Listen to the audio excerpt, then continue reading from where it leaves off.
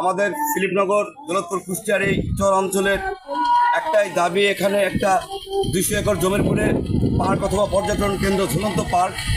দীর্ঘদিন ধরে এদের দাবি, এখানে একটা মঞ্চ আছে, একটা দাঁড়ানোর জায়গা, ঝুলন্ত একটা মঞ্চ আছে এখানে, এটাতে কভার করা যায় না। এখানে ব্লকের উপরে অনেক মানুষ গাদাগাদি করে হাঁটাহাঁটি করে, মানুষের পা ফেলার জায়গা থাকে না।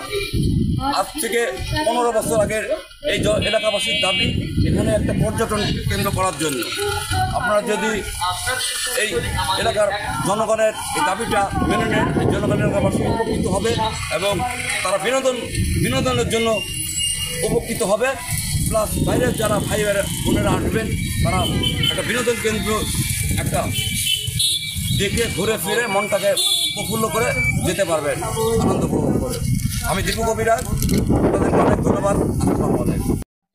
চর এলাকা, সেই চর এলাকায় কিন্তু আমরা এখন উপস্থিত হয়েছি, আমাদের সহকর্মীরা সবাই মিলে কিন্তু এখানে উপস্থিত হয়েছি। আসলেও এই যে চর সম্বন্ধে আমরা যে ধারণা ছিল, সেই ধারণা কিন্তু দেখানোর জন্য আপনাদেরকে আমরা এই জায়গাতে নিয়ে এসেছি। আপনারা আমাদের সাথেই থাকুন। ট্রলারগুলো দিয়ে হয়তো পরিবহনের যে ট্রলারগুলো, যেগুলো যাত্রী বা হচ্ছে বিভিন্ন রকমের মালামাল কিন্তু এই আবেদের ঘাটে নিয়ে আসে বা বিভিন্ন জায়গায় এখান থেকে এই রুট দিয়ে বা এই নদী দিয়ে যে বিভিন্ন রকম চরের যে রুট, সেই রুট দিয়ে কিন্তু মালামাল বহন করে।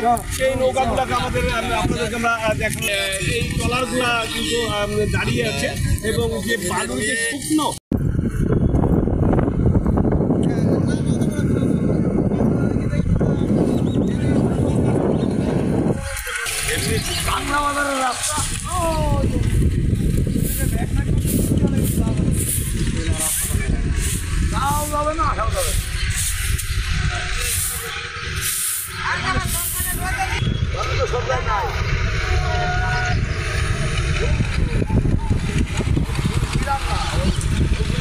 উপরে বালু আর তার উপরে এলো আবার কাগজ, মসুর মটর।